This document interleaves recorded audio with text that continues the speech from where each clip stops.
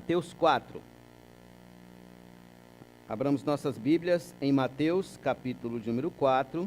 Nós vamos ler do verso de número 1 ao verso de número 11. A tentação de Jesus. Nós iniciamos falando na semana passada sobre as 3 armadilhas de Satanás. As 3 armadilhas de Satanás. E nós estamos justamente fundamentados nesse texto. A seguir, foi Jesus levado pelo Espírito ao deserto para ser tentado pelo diabo. E depois de jejuar 40 dias e 40 noites, teve fome. Então o tentador, aproximando-se, lhe disse: Se és filho de Deus, manda que estas pedras se transformem em pães. Jesus, porém, respondeu: Está escrito, não só de pão viverá o homem, mas de toda a palavra que procede da boca de Deus.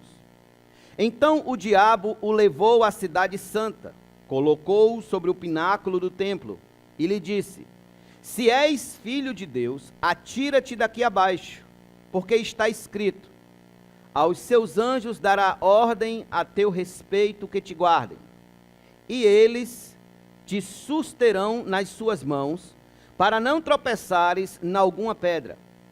Respondeu-lhe Jesus: Também está escrito: Não tentarás o Senhor teu Deus. Levou-o ainda o diabo a um monte muito alto, mostrou-lhe todos os reinos do mundo e a glória deles, e lhe disse: Tudo isto te darei, se prostrado me adorares.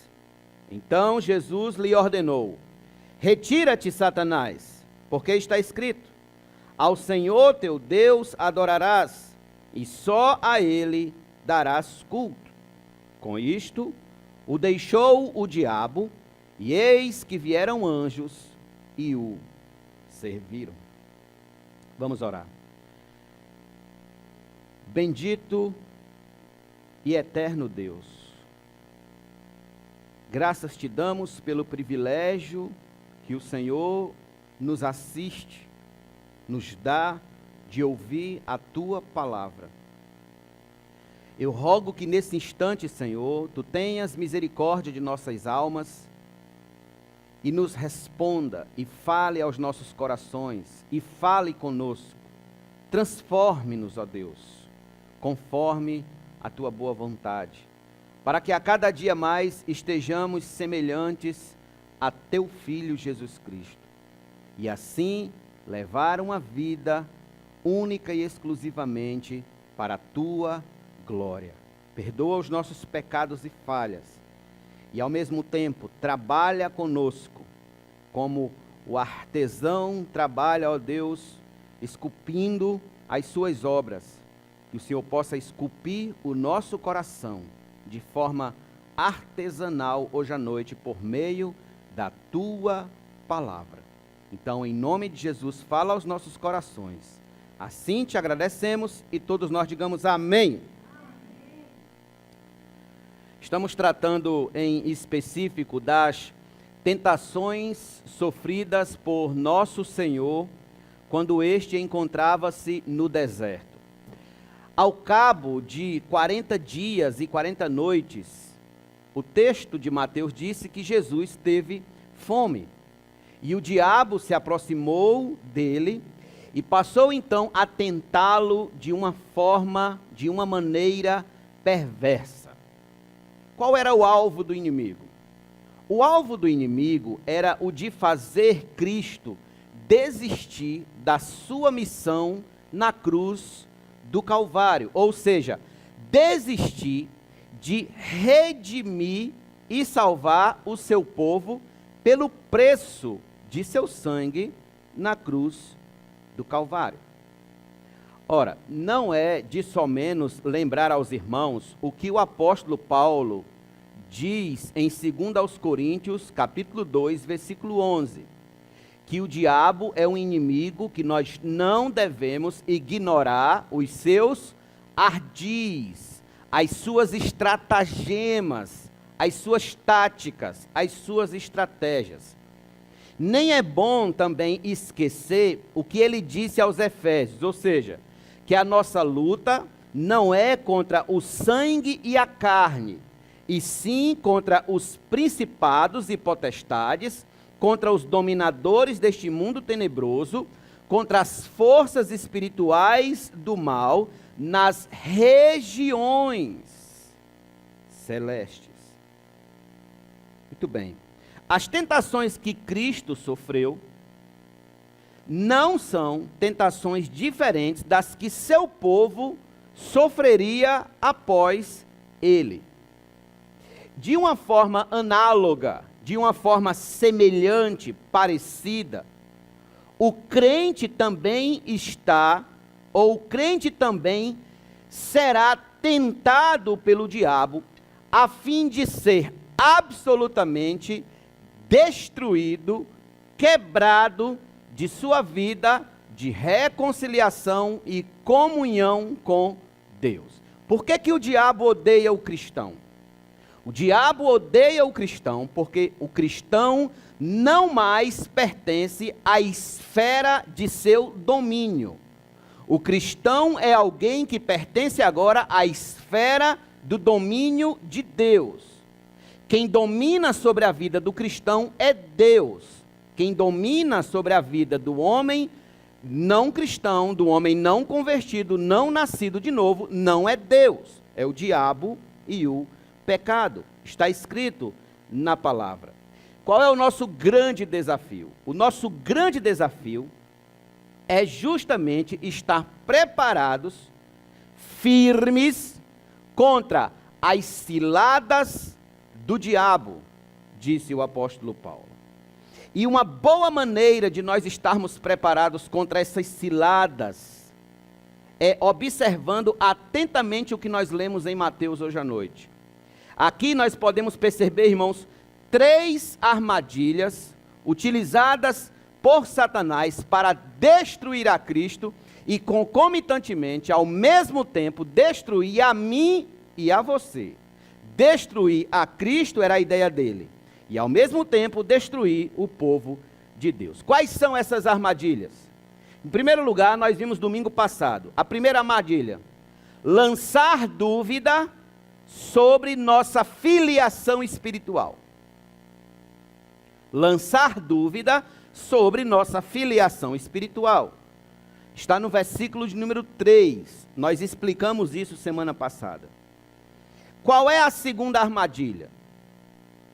A segunda armadilha do diabo é a de nos fazer agir, viver, por meio de uma fé aventureira. Por meio de uma fé aventureira. Por exemplo, veja comigo o verso de número 6, quando ele diz ao diabo, olha a segunda armadilha dele. Ele disse, vamos do 5. Então o diabo levou a cidade santa, que é Jerusalém, o colocou sobre o pináculo do templo e lhe disse: se és filho de Deus, atira-te abaixo, porque está escrito: aos seus anjos dará ordem a teu respeito que te guardem, e eles te susterão nas suas mãos, para não tropeçares em alguma pedra. Preste-me atenção. Mais uma vez, o diabo tenta lançar dúvida no coração de Cristo sobre a legítima paternidade de Deus sobre a sua vida, sendo que dessa vez com uma sutil diferença. Uma leve diferença. Qual é a diferença? Na primeira armadilha, Satanás está armando, dizendo que o que Cristo precisa fazer para se legitimar como filho de Deus é transformando pedras em pães. Na segunda armadilha, está então o que Deus podia fazer por Cristo, sustentando-o em suas mãos, para que ele não caia e não tropece em alguma pedra. Então, deixa eu repetir isso aqui. Na primeira armadilha está o que Cristo podia fazer para se legitimar como filho de Deus. Na segunda armadilha está o que Deus podia fazer para legitimar Cristo como seu filho. Então, se na primeira armadilha o diabo tenta levar a Cristo a descrer de Deus, na segunda armadilha ele tenta levar Cristo a crer em Deus, mostrar que tem uma fé em Deus ao ponto de cometer loucuras, de cometer insanidades. Era como se o diabo dissesse o seguinte para Cristo: você não acabou de me dizer que nem só de pão vive o homem, mas de toda a palavra que sai da boca de Deus? Você não acabou de me dizer que crê na palavra de Deus? Então, se você crê na palavra de Deus, a palavra de Deus diz assim, assim. Então vai, lança-te daqui abaixo. Ele queria pegar a Cristo aonde? Na velha tática de sugestão psicológica.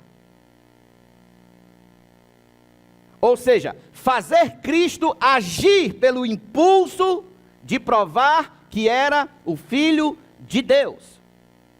O que ele esperava que Cristo fizesse ou falasse fosse o seguinte: tá certo, diabo, já que você quer prova se sou filho de Deus ou não, pois assista eu pulando daqui e comprove isso por si mesmo.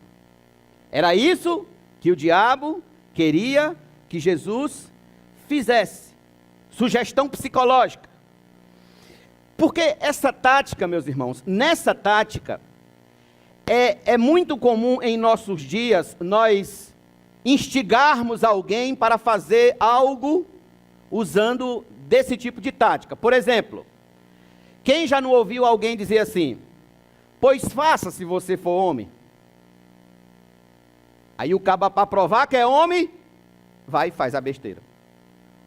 Ou então na negativa, né? Na negativa. Dizem que essa tática é quando você não quer dar algo à pessoa. Aí você já oferece dizendo assim: você não quer não, né? Você não quer não, né? A ideia aqui é a de agir no automático. Você age por impulso, age no automático.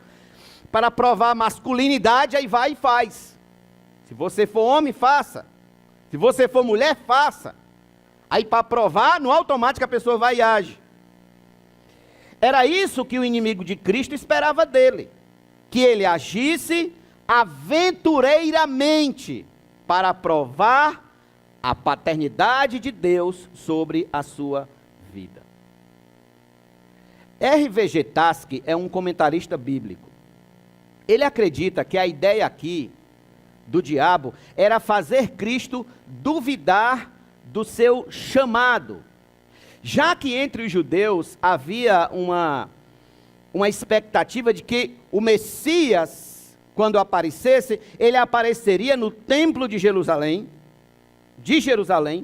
quando estivesse mais cheio, mais lotado, na principal hora do dia, aterrissando, descendo suavemente até seus pés tocarem ao chão, e todos virem ele descer como um glorioso Messias, e ao perceber isso, todos dizerem: eis o Messias, eis o Messias de Deus. Assim, Cristo não precisaria ir à cruz, para provar a sua gloriosa filiação a Deus, de Deus.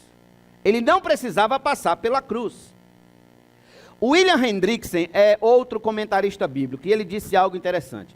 Ele acredita que a ideia de Satanás aqui é fazer com que Jesus troque a fé pela presunção, troque a submissão à vontade de Deus pela insolência. Então, observe isso.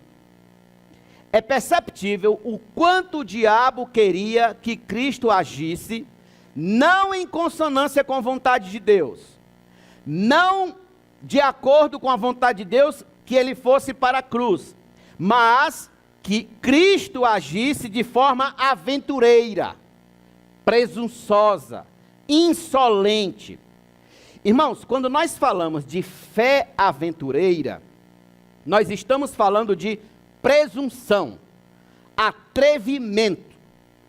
Paulo disse que uma das características da nossa natureza humana caída, lá em Romanos capítulo 1, versículo 30, é que nós somos presunçosos. O presunçoso é alguém que se confia demais em si mesmo, que confia demais em seu próprio poder. Em suma, é alguém soberbo ao ponto de achar que ele pode tudo e que ele é tudo. Cristo aqui nos dá uma ótima lição entre o que significa agir por fé e agir por presunção. Agir por presunção é você se valer do que está escrito para comprometer o agir de Deus em seu favor. Eu vou repetir isso aqui. O que é o agir por presunção? Agir por presunção, agir espiritualmente por presunção, é se valer do que está escrito na palavra para comprometer o agir de Deus em seu favor, em meu favor. Foi isso que o diabo fez aqui. Ele citou o Salmo 91, versículos 11 e 12. O que é que diz o Salmo 91, versos 11 e 12? Dê um salto aí comigo para o Salmo 91, versos 11 e 12. Salmo muito conhecido e muito aberto em muitas mesas de salas.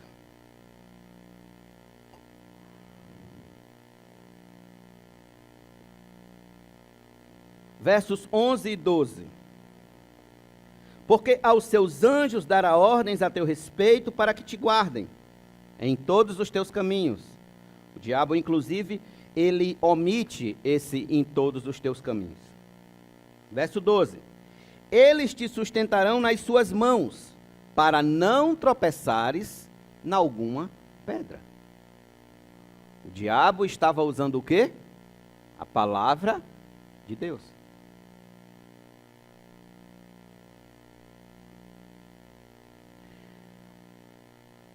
Ele estava declarando com isso que, se Cristo era filho de Deus, então Deus, por causa de sua palavra, estava obrigado a sustentá-lo para que ele não caísse e nem tropeçasse em alguma pedra. Se tu és filho de Deus, ele vai te guardar. Há alguns casos, irmãos, nas Escrituras, que são bem emblemáticos, que mostram para a gente qual o perigo de se agir presunçosamente, de se agir por meio de uma fé aventureira. Nós vamos perceber isso com mais clareza agora, o que é uma fé aventureira. Abra sua Bíblia comigo em Josué, capítulo número 7. Josué, o sucessor de Moisés, capítulo de número 7, e acompanhe comigo essa leitura, por favor. Josué é o 6º livro da Bíblia. Josué 7. Do versículo 1 em diante. Prevaricaram os filhos de Israel nas coisas condenadas, porque Acã, filho de Carmi, filho de Zabdi, filho de Zera, da tribo de Judá, tomou das coisas condenadas. A ira do Senhor se acendeu contra os filhos de Israel. Enviando, pois, Josué de Jericó alguns homens a Ai, que está junto a Bet-Aven, ao oriente de Betel, falou-lhes dizendo: Subi e espiai a terra. Subiram, pois, aqueles homens e espiaram Ai. E voltaram a Josué e lhe disseram: Não suba todo o povo. Olha o que os homens disseram a Josué: Não suba todo o povo, subam uns 2 ou 3 mil homens a Feriai. Não fatigueis ali todo o povo, porque são poucos os inimigos. Olha o ponto de presunção. São poucos os inimigos. Assim subiram lá do povo uns 3 mil homens, os quais fugiram diante dos homens de Ai. Os homens de Ai feriram deles uns 36 e aos outros perseguiram desde a porta até as pedreiras. E os derrotaram na descida. E o coração do povo se derreteu e se tornou como água. Então Josué rasgou suas vestes e se prostrou em terra sobre o rosto perante a arca do Senhor até a tarde, ele e os anciãos de Israel, e deitaram pó sobre a cabeça. Disse Josué: Ah, Senhor Deus, por que nos fizeste este povo passar o Jordão para nos entregares nas mãos dos amorreus, para nos fazerem perecer? Tomaras nos contentáramos com ficarmos além do Jordão. Ah, Senhor, que direi? Pois Israel virou as costas diante dos seus inimigos, perdeu a batalha. Ouvindo isto, os cananeus e todos os moradores da terra nos cercarão e desarraigarão o nosso nome da terra, e então que farás a teu grande nome? Eles agiram em nome de Deus, sem consultar a Deus. Aí veja o que é que Deus diz no verso 10. Então o Senhor disse a Josué: Levanta-te, porque estás prostrados assim sobre o rosto? Israel pecou, e violaram a minha aliança, aquilo que eu lhes ordenara, pois tomaram das coisas condenadas, e furtaram, e dissimularam, e até debaixo de sua bagagem o puseram. A gente sabe quem fez isso durante a história, foi Acã. Mas veja, onde é que está a presunção aqui? Agir sem consultar ao Senhor. Agir sem antes consultar a Deus. Permita-me lhes contar outro caso. Certa feita, o rei Josafá, que era rei de Judá, fez amizade com Acabe, que era rei de Israel. Nessa época, Israel estava dividido entre reino do sul, que era Judá e Jerusalém, e reino do norte, que era as demais cidades, as demais tribos de Israel. Muito bem, Josafá, rei de Judá, fez amizade com o rei Acabe, e eles tiveram então um encontro em Samaria. Quando eles estavam em Samaria, o rei Acabe convidou Josafá para subir a pelejar contra os de Ramote-Gileade. E veja só o que foi que aconteceu. Abra sua Bíblia no segundo livro de Crônicas.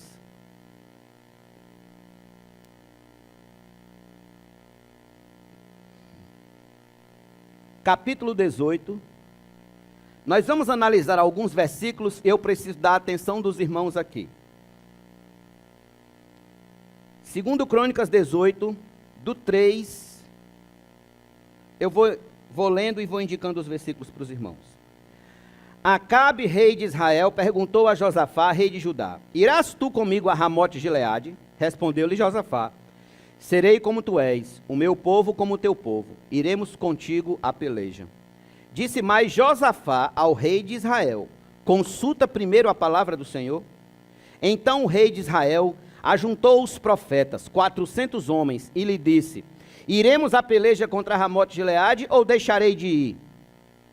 Eles disseram: Sobe, porque Deus a entregará nas mãos do rei.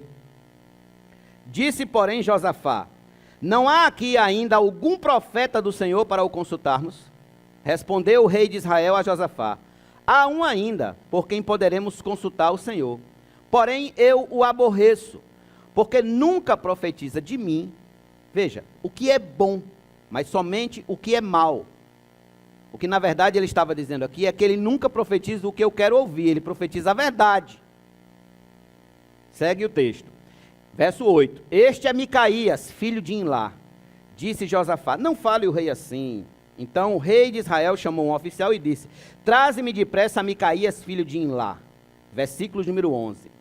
Todos os profetas, os 400, profetizaram assim, dizendo: sobe a Ramote Gileade e triunfarás, porque o Senhor a entregarás nas mãos do rei. Verso de número 13. Micaías vem ao encontro do rei. O rei pergunta se ele deve subir ou não. Então, verso de número 13. Respondeu Micaías: tão certo como vive o Senhor, o que meu Deus me disser, isso falarei. E vindo ele ao rei, este lhe perguntou: Micaías, iremos a Ramote Gileade a peleja ou deixarei de ir? Ele respondeu: sobe e triunfarás, porque eles serão entregues nas vossas mãos. Antes de Micaías dizer isso aqui, o servo do rei disse o seguinte: Micaías, ele tem lá 400 homens profetizando a favor dele. Vê se tu não vai dizer o contrário. E aí Micaías diz isso: sobe. Diz a mesma coisa dos 400. Mas veja só a experiência do rei.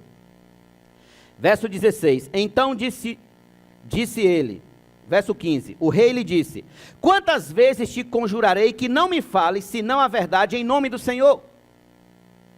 Então disse ele: vi todo Israel disperso pelos montes como ovelhas que não têm pastor.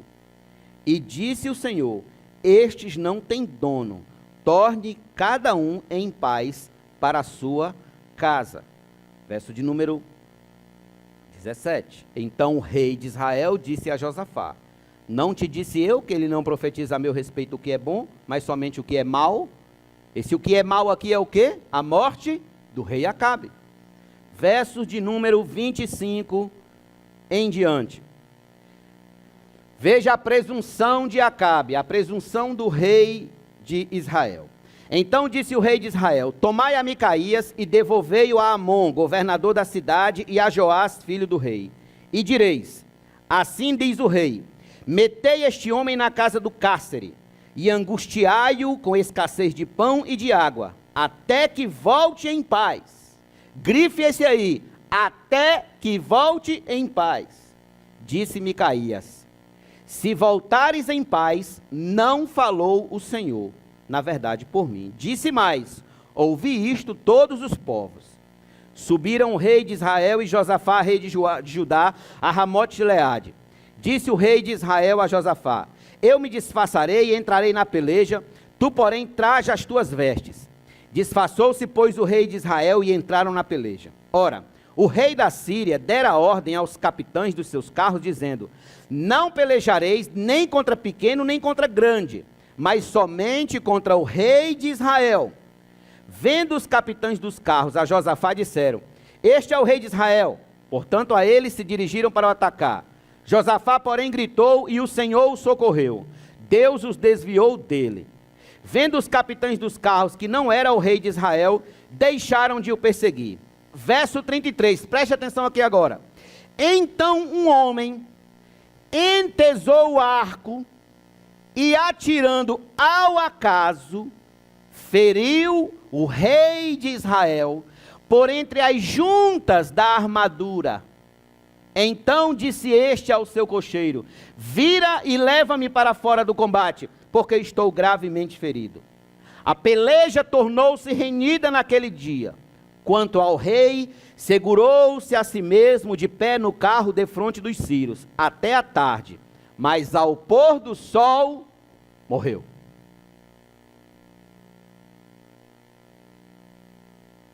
O que é isso? Presunção. Fé aventureira. Consultou ao Senhor, mas não obedeceu. Consultou a Deus, mas não obedeceu. Quer ver outro exemplo bíblico? Abra a Bíblia de vocês em Atos capítulo 19. Atos 19.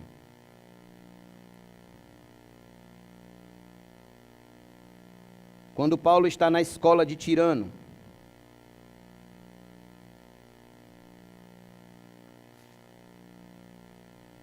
Versículo de número 13 ao 16. E alguns judeus exorcistas ambulantes, Exorcista ambulante é aquele que anda para cima e para baixo expulsando demônios. Tentaram invocar o nome do Senhor Jesus sobre possessos de espíritos malignos, dizendo: esconjuro-vos por Jesus a quem Paulo prega. Os que faziam isto eram 7 filhos de um judeu chamado Seva, sumo sacerdote. Mas o espírito maligno lhes respondeu: conheço a Jesus e sei quem é Paulo, mas vós quem sois? E o possesso do espírito maligno saltou sobre eles, subjugando a todos, de tal modo que prevaleceu contra eles, que desnudos e feridos fugiram daquela casa. O que é isso? Agiram em nome de uma fé aventureira, presunção, não uma fé bíblica. Meus amados irmãos, muitos cristãos, inúmeros cristãos imaturos estão vivendo assim, perdidamente assim, agindo por presunção e não por fé bíblica. Inúmeros cristãos transformaram a fé bíblica, a fé escriturística, em uma fé aventureira. Por exemplo, quando um pregador ensina que tudo o que você deve fazer é dizer as palavras mágicas da fé, como por exemplo, eu profetizo, eu decreto, eu declaro pela fé, etc. Na verdade, esse pregador está fazendo o papel de Satanás. Ele está ensinando uma fé aventureira, uma fé baseada na presunção espiritual, não na palavra de Deus. A fé aventureira é a fé que leva o indivíduo a dizer: não vou mais tomar esse remédio, porque Deus vai me curar. A fé aventureira diz o seguinte: não vou colocar currículo, o emprego vai chegar na minha porta. A fé aventureira diz: não vou estudar e vou passar naquela prova. Deus vai me fazer passar naquela prova. A fé aventureira diz: não vou colocar grades na minha casa, nem fechar as portas, porque Deus é quem guarda a minha casa. A fé aventureira diz: não vou colocar alarme no carro, porque Deus é o meu vigia. A fé aventureira é aquela que diz: não vou colocar o paraquedas, porque está escrito que os anjos me sustentarão em suas mãos. A fé aventureira é essa. É o tipo de fé irresponsável, presunçoso. Então, tudo isso parte de quê? Parte de interpretações erradas da palavra de Deus. Se você interpreta errado a palavra de Deus, você também vai ter uma conduta errada. Vai agir diuturnamente de forma errada. Por exemplo, olha só, as interpretações erradas de texto como Salmo 23, versículo 1. O Senhor é o meu pastor, nada me faltará. Ou então aquele outro que diz assim, Filipenses 4,13. Posso todas as coisas naquele que me fortalece. Interpretações erradas desse texto são corriqueiramente usadas para gerar obrigações de Deus como Pai para conosco. E assim muitos incorrem em quê? Incorrem no conselho do diabo e não no conselho de Deus. Se vocês aprenderem bem isso hoje à noite, vocês vão estar livres de muitos problemas e prejuízos daqui para frente. De que o cristão não é alguém que deve agir por meio de uma fé presunçosa, mas por meio de uma fé bíblica, de uma interpretação correta das Escrituras. Deixa eu dar um exemplo aqui mais vívido. Eu tenho um amigo que ele sempre sofreu com um problema de diabetes e ele tomava insulina. Toma insulina. Ele não morreu. Mas, certo dia, recebeu uma dessas profecias, dizendo que Deus o estava curando naquela hora e que ele não mais precisaria tomar insulina. O que foi que aconteceu? Ficou sem tomar insulina. Passados alguns dias, adoeceu gravemente. Foi internado e por pouco, irmãos, por pouco, não morreu. O que é isso? Agir de forma presunçosa. Um determinado homem desempregado disse: vou comprar um carro pela fé, porque Deus vai me ajudar a pagar.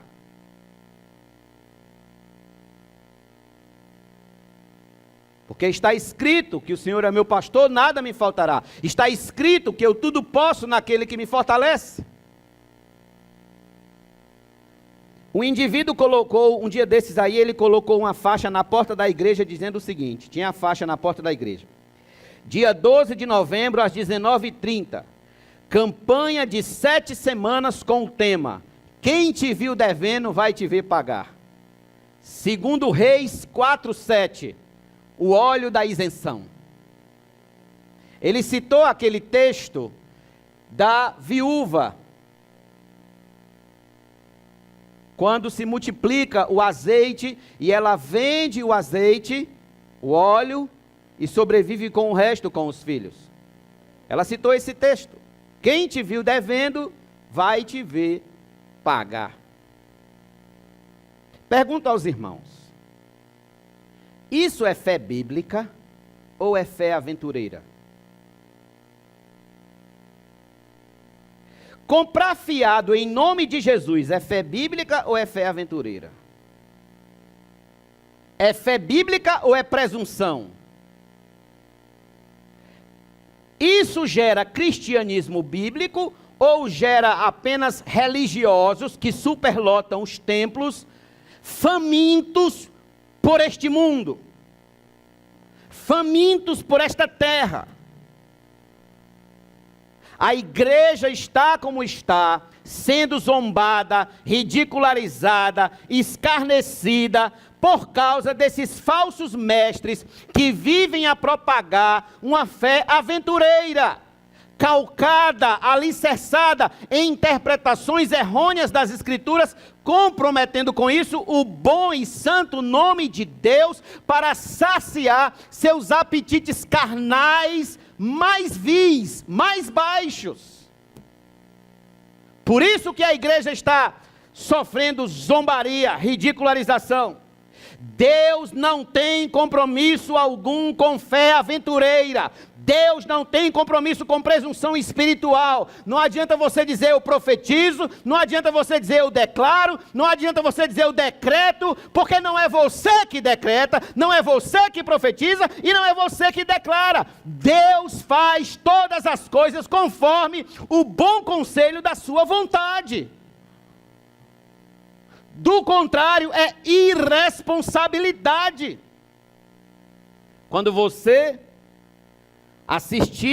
ouvir um determinado pregador dizendo, profetize, decrete a sua bênção, está amarrado toda a inveja da sua vida, está amarrado toda a maldição da sua vida, saiba, ali está Satanás falando pela boca dele, para lhe enganar e produzir em seu coração uma fé aventureira e não uma fé bíblica. O meio, irmãos, pelo qual nós devemos vencer a armadilha de Satanás, é fazendo o mesmo que Cristo fez. O que foi que Cristo fez? Volte lá para Mateus capítulo 4 comigo, por favor.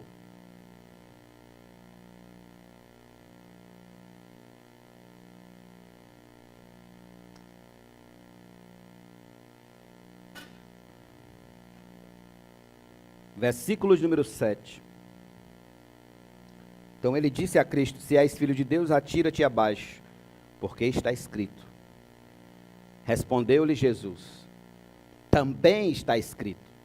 Esse também aqui mostra que Jesus se defende com a mesma arma. Ele usa a palavra de Deus e Jesus vai usar a palavra de Deus para se defender. A espada do Espírito, como diz Paulo. Também está escrito: não tentarás o Senhor teu Deus. Não tentarás o Senhor teu Deus. Mais uma vez, nosso Senhor lança mão das Escrituras para se defender da armadilha de Satanás. Jesus aqui ele está usando Deuteronômio 6,16. Em 6,16, Moisés está dizendo ao povo que eles não deviam tentar ao Senhor, nosso Deus, como fizeram os filhos de Israel em Meribá, ou em Massá, quando eles comeram o juízo de Moisés, perturbaram tanto Moisés, que Moisés feriu a rocha e saiu água. Não tentarás o Senhor teu Deus. Jesus sabia que era errado exigir do Pai qualquer proteção milagrosa. É errado essa ideia de colocar Deus contra a parede. De colocar Deus no canto da parede e dizer que Ele tem que fazer porque eu sou filho dEle. Isso é absolutamente errado, isso é tentar ao Senhor nosso Deus. A fé genuinamente bíblica, responsável, ela se funda em não tentar ao Senhor, mas sim em fazer a sua vontade. A fé bíblica é a fé que busca fazer a vontade de Deus.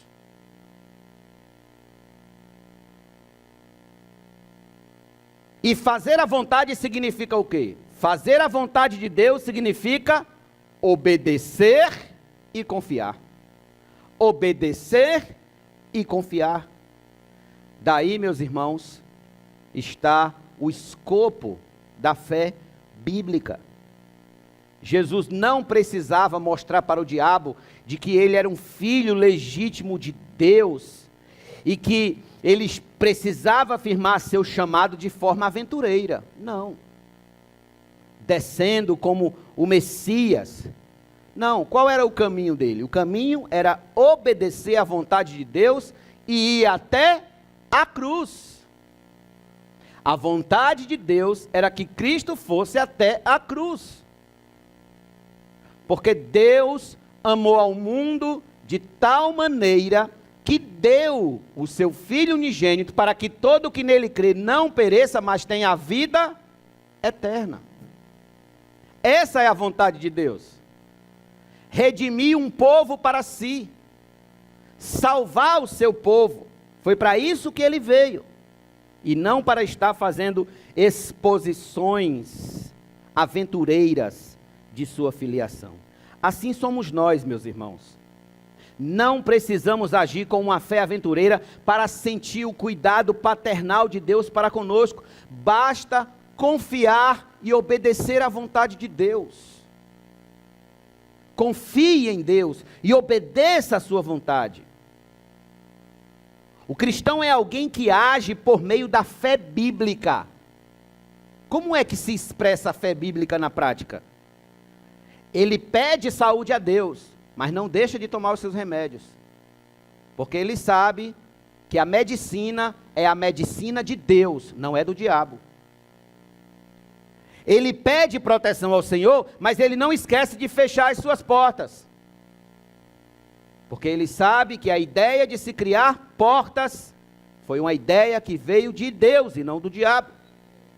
Ele pede um emprego a Deus, mas ele não se isenta de deixar currículo.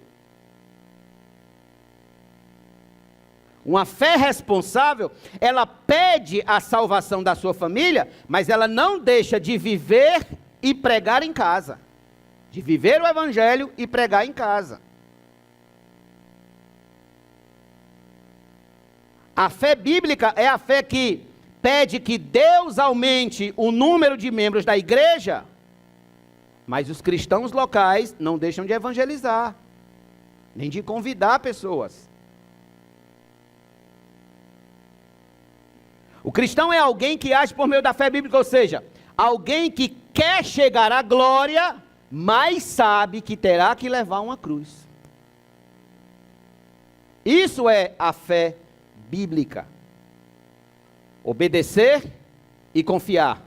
Obedecer e confiar. Qual é a arma de ataque contra essa armadilha do diabo? Somente esta: obedecer a Deus e confiar no Senhor. Abra sua Bíblia comigo no Salmo de número 37. Salmo 37.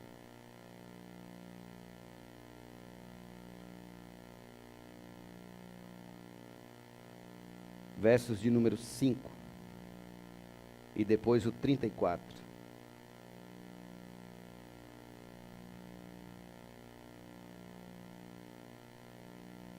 Entrega o teu caminho ao Senhor. Confia nele, e o mais ele fará. Você tem que entregar. E você tem que confiar ao entregar. E então você tem que esperar. A obediência que é esperar. No versículo de número 34, o salmista diz: espera no Senhor, segue o seu caminho. Em outra tradução diz: espera no Senhor e cumpre a sua vontade. Segue a sua vontade. Dê um salto aí para o Salmo de número 124. Salmo de número 124.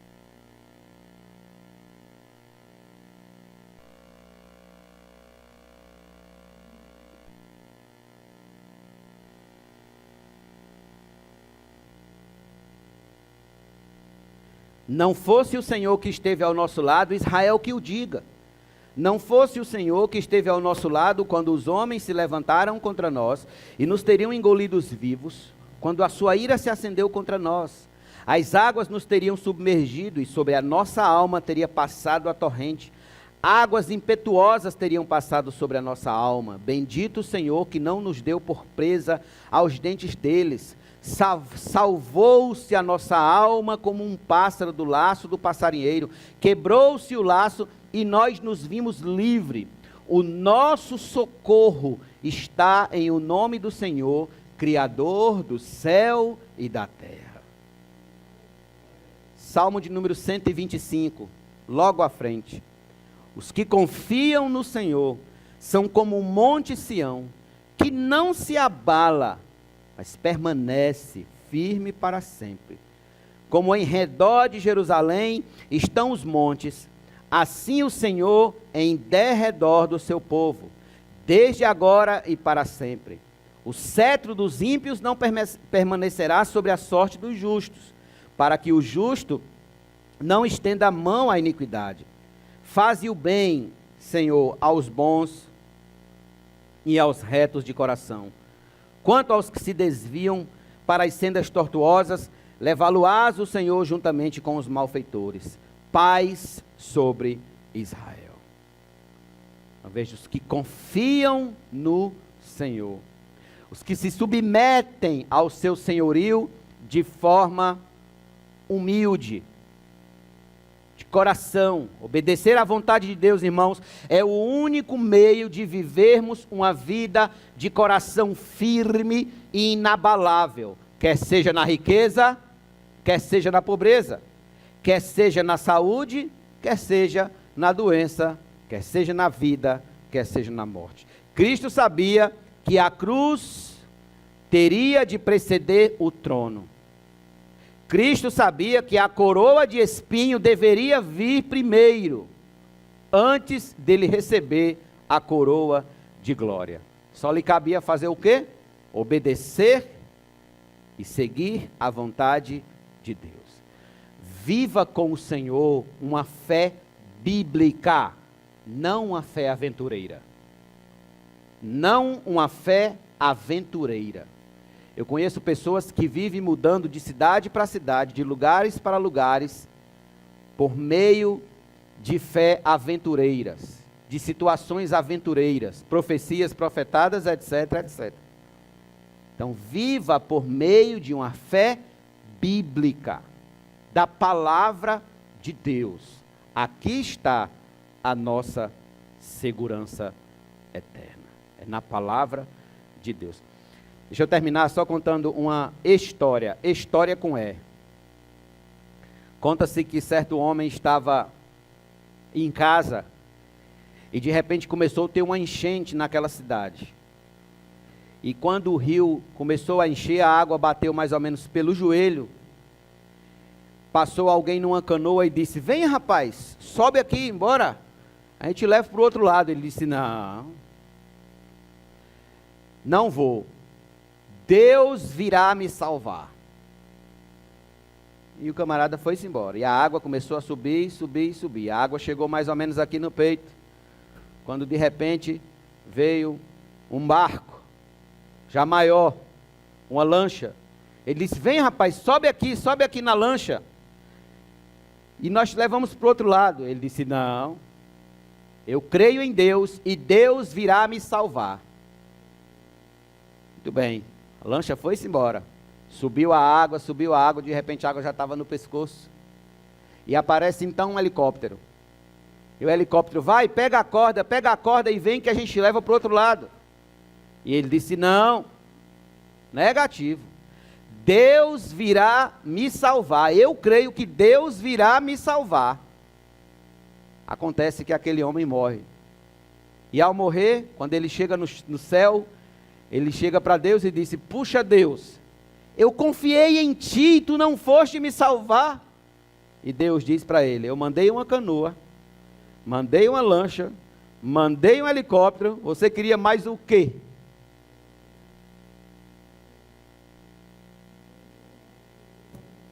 Isso é fé aventureira.